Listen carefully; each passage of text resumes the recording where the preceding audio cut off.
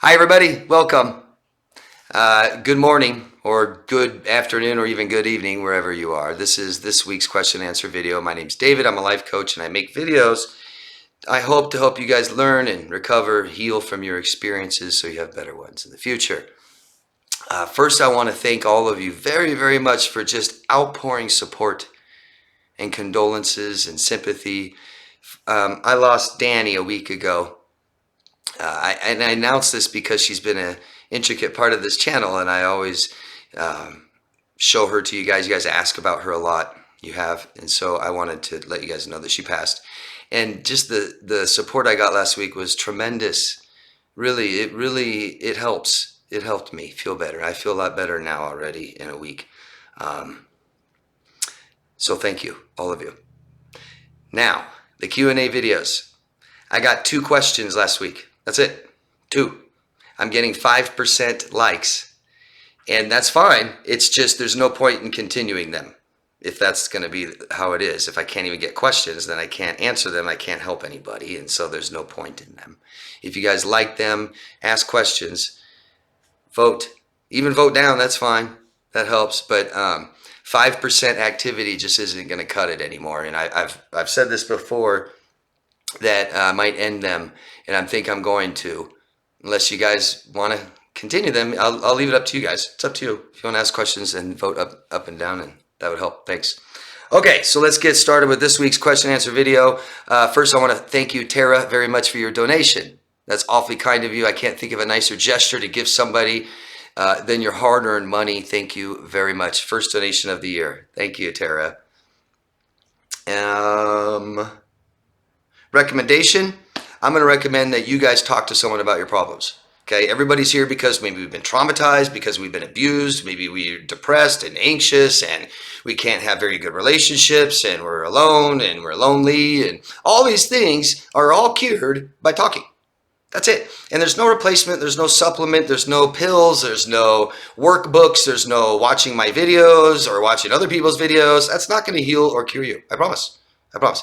You can't replace talking. Think of it as people have done this to you, people will help you. We're social animals. We're upset because we feel like we're not a part of society. We're not accepted, rejected, thrown away. So please talk to someone. That's it. Talk to someone. Our friends and our family, things like this, can't exactly help us with this. This is very complex trauma. And usually you need somebody that knows how to help people with this, okay? And you can find a psychiatrist or a therapist or a counselor or a life coach. If you want help from me, you can find me at daviddemars.com. But talk, okay? We need to reach out and talk. There's all kinds of good therapists. There are bad ones, and I know a lot of you guys have a lot of bad experiences, and I understand that. I've had my own, but there's also some incredible therapists out there that know exactly how to help you. Don't give up. Find them. Okay. And again, if you want help from me or you want to ask me questions about my services, you can find me at daviddemars.com. Thank you very much. All right, let's get into the questions. Like I said, there's only 2. And I started this video late. I know I aired this on Wednesday, so it's not as many days as normal. And I'm going to read a couple other people's comments. So, Traveling Man from Louisiana, hello. Hi, David. Thank you for your response. I'm so sorry to hear about your loss of your best friend. Thank you. We're all glad to know you're okay. To the answers you gave me, wow, seems like self-awareness will get us all a long way in life. And yes, misery loves company. She tried to bring me down with her. Take care of yourself during your grief process. Cheers, David. Thank you very, very much. And so misery loves company. And you see smear campaigns. You guys know what's going on with me. And these are people that feel horrible about themselves, and they don't like people doing better and feeling better and stuff like this. And if they can knock everyone else around them down, they feel better. That's what they think. It doesn't really, but they don't know themselves. So yes, misery loves company. Nobody wants to be alone. Instead of fixing my problems, I'm going to ruin your life. I'm going to clip your wings so you can't fly away. And self-awareness. People say knowledge is power. No, it's not. I know some very powerless people that know a lot of stuff. And really, when we get into what I know and what I think I know and stuff like this, well, you know, be careful, because who knows if we're right, and who knows how much we know. And yeah, what is powerful is self-awareness, to know exactly who you are So you can give yourselves what you need and what you want, so you can feel good when you want to, when you feel bad, sticking true to your moral values, your code, your opinion. These things will guide you all the time. You don't need to ask somebody else what they would do, being that everyone is so different. It doesn't do any good. We value people's opinions in the relationships we value. Not everyone's opinion, right? You want to go look at a food review, a movie review, and trust people's opinions? No. And they're all across the board. So it doesn't matter what somebody else would do. Advice is nice and we can bounce things off people's chests, but have you ever noticed when you ask somebody what you should do, it doesn't help when they tell you? For me to tell you what to do, I need to know who you are exactly. And since nobody knows you better than you, you know what to do. Now, if you don't know what to do and you feel lonely and you feel anxious and you worry a lot, depressed, these are signs that we don't have a very good relationship with ourselves. Okay? So that's self-awareness, right? Not just know. Knowledge isn't power. Knowledge is a step to self-awareness. We can know and then we show it. And it will be our guide. It will always, always let us know what to do. We'll always know what to do. And I'm not saying that there's people, or definitely not myself, that's so enlightened and so self-aware, I always know what to do. And no, it's not a straight line. It's not linear. Yeah. Hope that helps. Thank you for your question or your statement. Emily Taylor from Latvia. Hi, Emily. Thank you, David, for making this video, taking into account your difficult period. Thank you. You're welcome. I have a question. Could you please give us your thoughts on this? Why do we in relationships with narcissists understand with our mind that staying in these dysfunctional relationships damages our brain and we need to leave, but most of us still stay and do opposite? Well, I guess knowledge isn't power. I really didn't mean to set it up this way. Knowledge isn't power. We can know, but then what? We need self-awareness. And the more self-aware we are in situations like this, the more we understand we're not getting what we need and I need to go get it. I'm not getting what I want and I need to get it. I'm not feeling good and I need to feel better. I'm compromising my values and I need to stop doing this. So to stay in relationships like this, we have to obliterate self-awareness. We have to lie to ourselves and say, no, I'm not getting what I need, but it's okay. I don't deserve it. Oh, I feel bad, but I'll feel better later. Some other time I deserve this. Things like this that we're all perfectly aware of, that we do this. And so knowledge, we can know. And when I help people, say I have a 45-year-old client that has had a few bad toxic relationships, and all of their relationships have been bad. They've had a few. And they aren't quite sure what's going on. I help them understand what's going on. I help them learn about their abuser, if that's, because it's typically what I get asked a lot. And then I help them understand them a little bit, okay? And they start to feel better as they understand. And then we do self-work, and we find out what exactly they need and want and feel and value and stuff like this. And now they know. So is that it? No. I need to know how to meet my needs, how to get what I want, how to feel better. Not just know I need it, know I feel bad, and know, right? No, I need to know how to change this, how to make myself feel better and give myself what I need. And that's not easy if we've never done it. Then you have self-worth. A lot of you want to contact me and have me talk to you and coach you, but a lot of you don't believe you're worthy of it. And all of you are worthy of the help that you need. All of you are worthy of what you need, of what you want, to feel better, to feel good.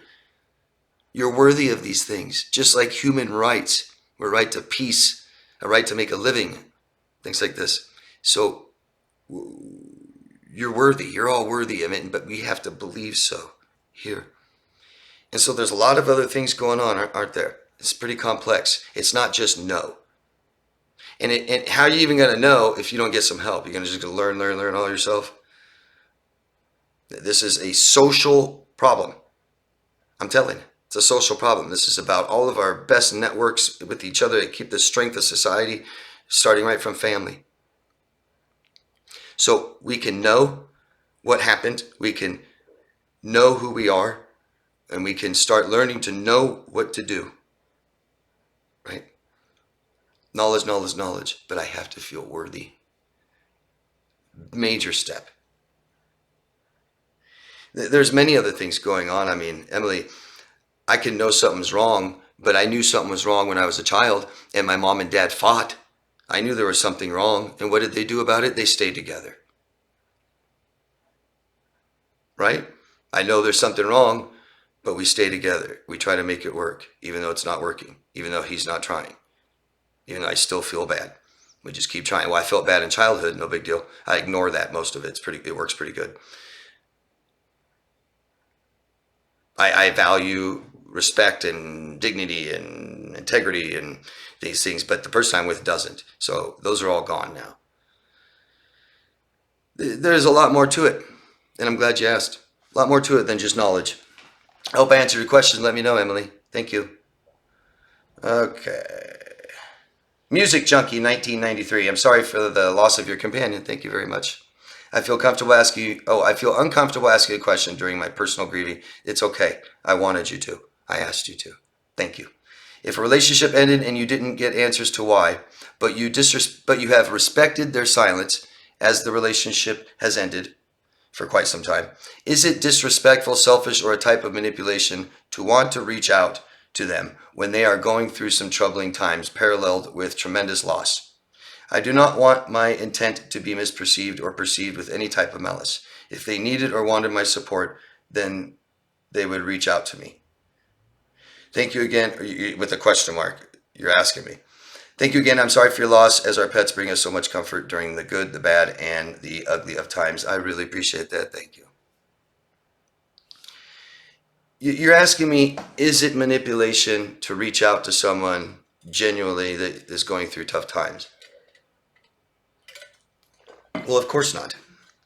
It would be manipulation if you chose this time to reach out to somebody because you want something from them and you're not genuinely sorry for what happened to them. Okay? In the mind of a narcissist, yeah? So you're asking me because you're doubting yourself, and I'm sorry. You can do whatever you want. It doesn't matter. It just matters how you feel about it. How does that make you feel? How do you think, if you can, how do you think you'll feel about it afterwards? Think about what could happen. And then really, really ask yourself what you want from it. You just want to tell them sorry? Tell them. What are you really worried about? You're worried about their reaction, that they'll accuse you of this or that? Then maybe you don't need to do it. Okay? We all go through tough times in our life, all of us. I don't know what this person's going through, and I'm sorry for whatever it is. I hope they'll be okay. But we go through horrible, horrible times in our life, all of us, and we all need support. And we need support from people closest to us, or we hire it. If you're an ex or an old friend that they chose not to talk to you anymore and they never gave you closure on why, I wouldn't contact them if you want my honest opinion. But it doesn't matter. Here we are going back to telling someone what to do. That's why we don't do it. It's up to you.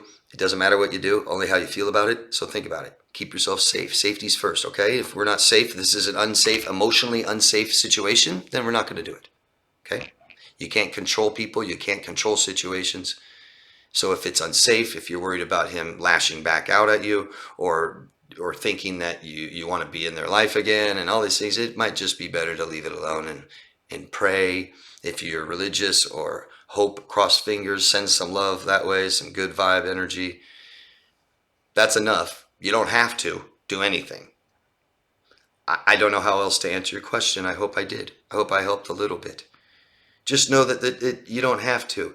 You're not obligated at all just because someone is going through something difficult. Like I lost my dog last week and I announced it.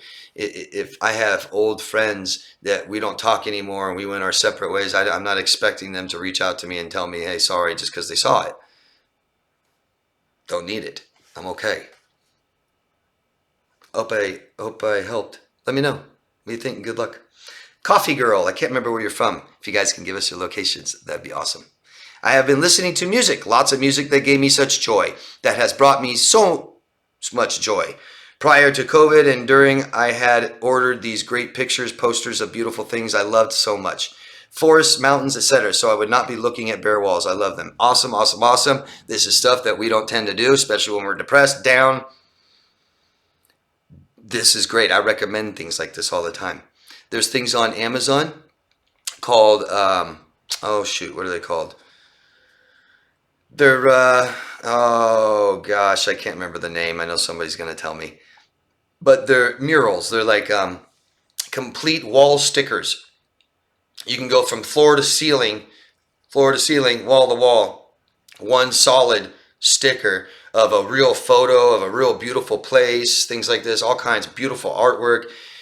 Do it. Express yourselves. If you guys like rivers, get a big picture of a river, waterfalls, the beach, bright colors. I've made many jokes before in the past how our favorite colors are black, gray, and white. How about beautiful, bright pink and reds and greens and yellows, in your life? Bring flowers in. Change. If you don't like where you're at right now, change. Start changing things. I'm serious. Okay? All right. Thank you for sharing that. I love it. And Salema from France. Do you like telling jokes? I've been accused of telling jokes too much. With all the craziness surrounding us, I feel I need to tell a joke. It's a French joke, so I don't know if the translation will be okay. So let's try. 4 Catholic women are having a conversation about their sons. The first one probably says, "My son is a bishop." And when people see him, they say, "My lord." The second woman says, "Mine is an archbishop." One upper. And when people come across him, they say, "Your grace." The third woman says with a big smile, "My son is a cardinal." All proud. And when people meet him, they say, "Your eminence." The fourth woman thinks and then says, "My son is 7 feet 2 inches high and weighs 17.3 stones and all muscle." And when people walk past him, they say, "Oh my God." Thank you for the joke, Salema. I think it worked. It translated. Victoria from the Bay Area. Hi, Victoria. Hey, David. I told myself I'm not going back to Vegas after experiencing an earthquake on the 24th floor hotel. Building my son surprised me with tickets to see Mariah Carey. I wish he told me before he thought the tickets. I don't want to break his heart, so I guess I'm going back like you said. Keep moving forward, right? Right. Were you okay? Right? Our brains go by our last experience. If you come to Vegas 10 more times, you won't care. You'll tell the story and it'll be a fun story. I'm sorry if it was scary. I think I know which earthquake you're talking about. I was in a building on the main floor and I saw something on the wall shake a little bit. It gets worse as you go higher, Victoria. You're on the 24th floor. You probably moved quite a bit. Don't do it. Stay on a lower floor. It won't be scary. You stay on the main floor, you won't feel it. I've never had an earthquake here that I've even ever felt. Ever. Only the worst earthquake, there was a little piece of something moving on the wall up high, just barely. And the second story is a major difference. Second story is moving a lot, third, and it just goes up from there. So if you can request a lower floor, maybe that'll make you feel better. If you go stay on the 25th floor and you survive, you'll feel a lot better. Have fun with Mariah Carey, Victoria. Silver Rain. And I happen to know Silver Rain's in California. Hi. So sorry, David. I really feel your pain. And I'm even more sorry about the crazy Valas attacking you again. Truly sick woman. Thank you. Good to see you. Amy Lynn from Connecticut. Hi, Amy. Thank you for the advice from this Q&A. You are welcome. You always help me. I'm so sorry for your loss. Thank you very much. My therapist has instructed me to journal as much as possible and to look back to see progress. Due to the brain damage, it's a slow process, but I am healing. Good. I have an apartment of my own and I have started diamond painting. Don't know what diamond painting is. This helps immensely. I put some of my paintings on the wall and decorate, and it's great because I can frame them and move things around. It's great. It is helping with the anxiety and depression, and it's something new and completely unrelated to anything from my past. I make no new memories. Fantastic. Thanks for sharing that, Amy. I love posts like this that tell other people what helps and works for you. It encourages them to try. Being creative. Of the top 5 things that will help people heal from all kinds of trauma and all kinds of creativity. Creativity, it unlocks that part of our brain and doesn't keep us stagnant right where we are. Creativity means that we have to look out somewhere and think, and it's an expression of ourselves. Maybe the first time we've really expressed ourselves. So wonderful. Enjoy them. Something else that makes us feel really good is gift giving. Giving something that you worked for and worked on and created is beautiful. Thanks for sharing that, Amy. Okay, last one. David from Canada, Canada. Hi, David. I'm so sorry for your loss. Losing a family member that loved you so dearly is rough. My puppy Pepper died beside me Friday, passed at 14 and a half years. I'm so sorry for your loss too. How sad. I know so many people have lost their pets this month. I hope you're okay. I hope you're feeling better. It's okay to feel better. That's what they want. I started feeling bad about not feeling bad. If anybody's had severe loss, you know what I'm talking about.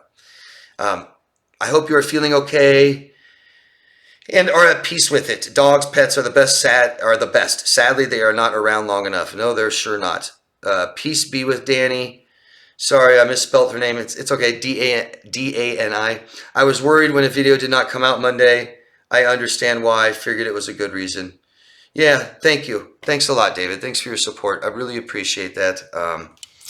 And condolences and reaching out. I know none of us really know each other personally, intimately, but it's just such a nice thing. You guys know when you're feeling down. Part of feeling down is depression, and we kind of might be hard on ourselves. We might be hard on other people, hard on the world, and we feel like it's just not a happy, good place here.